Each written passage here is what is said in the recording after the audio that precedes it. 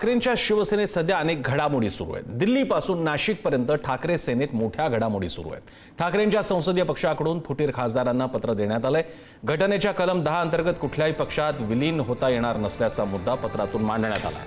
तर नाशिकमधल्या नगरसेवकांची बुधवारी मातोश्रीवर बैठक बोलावण्यात आली आहे। 10 ते 12 नगरसेवक शिंदेंच्या शिवसेनेत जाणार असल्याच्या चर्चेच्या पार्श्वभूमीवर ही बैठक बोलावण्यात आली आहे। नागपुरात 18 जुलैला उद्धव ठाकरेंच्या उपस्थितीत रामरक्षा पठण करण्यात येणार आहे। त्यामुळे शिवसेना ठाकरे पक्षामध्ये 3 महत्त्वाच्या घडामोडी घडत आहेत।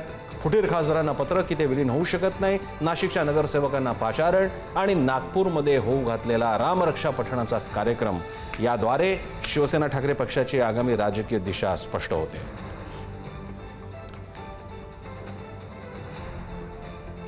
आपल्यासोबत आपले 3 प्रतिनिधी या 3 घडामोडींवर आहेत। दिल्लीहून शिवाजी काळे, नाशिकहून किरण ताजणे आणि जितेंद्र नागपूरहून। पहिल्यांदा दिल्लीला जाऊया। महत्त्वाचा पेच टाकलाय शिवाजी। शिवसेना ठाकरे पक्षानं हे जाणीव करून दिली आहे की तुम्ही कशातही सामील होऊ शकत नाही आणि आम्हाला फक्त मीडियातून कळतंय। याचे पुढचे इम्प्लिकेशन्स, घडामोडी काय घडतील असं वाटतं? एक म्हणजे राजकीय लढाई सुरू असताना आता कायदेशीर लढाईला सुरुवात झालेली आहे। यामधून स्पष्ट होतं मर्जर करता येत नाही असा त्यांचा दावा आहे आणि काही यासाठी संविधानिक दाखले देण्यात आलेले आहे, काही कायदेशीर दाखले देण्यात आलेले आहे। शेड्यूल 10 नुसार आता इथून पुढे कोणत्याही खासदारांना 2/3 पेक्षा अधिक खासदार जरी असले किंवा 2/3 खासदार असले तरीही पक्षाची, मूळ पक्षाची, ज्या पक्षाच्या चिन्हावरती तुम्ही निवडणूक लढलेले आहात त्या पक्षाची परवानगी अपेक्षित आहे असा दावा अरविंद सावंत यांनी सर्व खासदारांना पाठवलेल्या पत्रामध्ये आपल्याला पाहायला मिळत आहे। त्यामुळं त्यांचं म्हणणं असं आहे की अशा पद्धतीने तुम्ही दुसऱ्या पक्षामध्ये विलीन होऊ शकत नाही आणि आम्हाला जी माहिती मिळते आहे ती वेगवेगळ्या वृत्तपत्रातून, माध्यमाच्या माध्यमातून आपल्याला पाहायला मिळते आहे।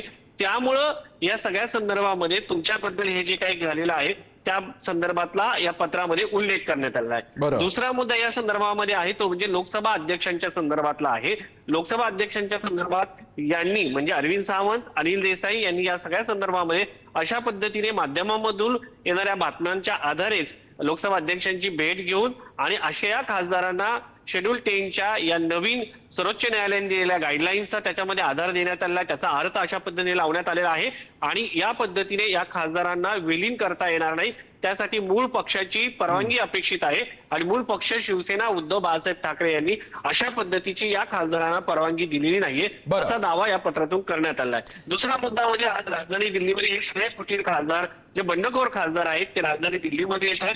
केंद्रीय गृहमंत्री अमित शहा यांची ती भेट घेणार असल्याची माहिती मिळते। एकनाथ शिंदे देखील दिल्लीमध्ये येणार आहेत आणि या खासदारांची भेट एकनाथ शिंदे यांच्या नेतृत्वामध्ये केंद्रीय गृहमंत्री अमित शहा यांच्या सोबत होणार आहे। हे खासदार त्यांच्या मतदारसंघातील जे आश्वासनं त्यांना देण्यात आलेली आहे त्याची कागदपत्र तयार करत आहेत, त्याची पत्र तयार करत आहेत। काहींच्या मतदारसंघामध्ये विद्यापीठाची केंद्रीय अनुदान अपेक्षित आहे। काही शिवाजी अनेक महत्त्वाच्या घडामोडी सुरू आहेत त्यामुळे आपल्याला त्याकडे लक्ष असेलच। शिवाय राष्ट्रवादीच्यासाठी सुद्धा मी तुमच्याकडे पुन्हा येणारच आहे।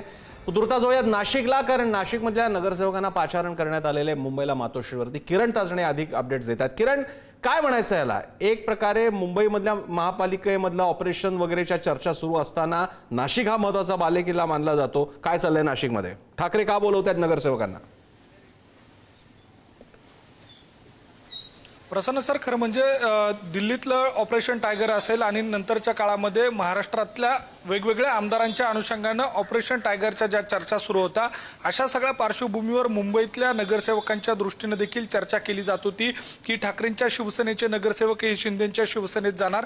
मात्र मुंबईचीच परसबाग असलेल्या आणि नेहमीच शिवसेनेकडे झुकतं माप दिलेल्या नाशिक महानगरपालिकेतल्या देखील नगरसेवकांचा शिंदेंच्या शिवसेनेमध्ये प्रवेश होईल अशा स्वरूपाची चर्चा सुरू असताना आता या सगळ्या संबंधी ठाकरेंच्या शिवसेनेचे नेते संजय राऊत हे नाशिक दौऱ्यावर येणार होते, मात्र त्यांनी नाशिक दौरा हा रद्द केलेला आहे। उद्याच्या दिवशी सकाळी 11 ते 11:30 वाजेच्या दरम्यान नाशिकमध्ये ठाकरेंच्या शिवसेनेचे असलेले जे नगरसेवक आहेत त्या सर्व नगरसेवकांना मुंबईला पाचारण करण्यात आलेलं आहे। मातोश्रीवर स्वतः उद्धव ठाकरे त्यांच्यासोबत संवाद साधणार आहेत।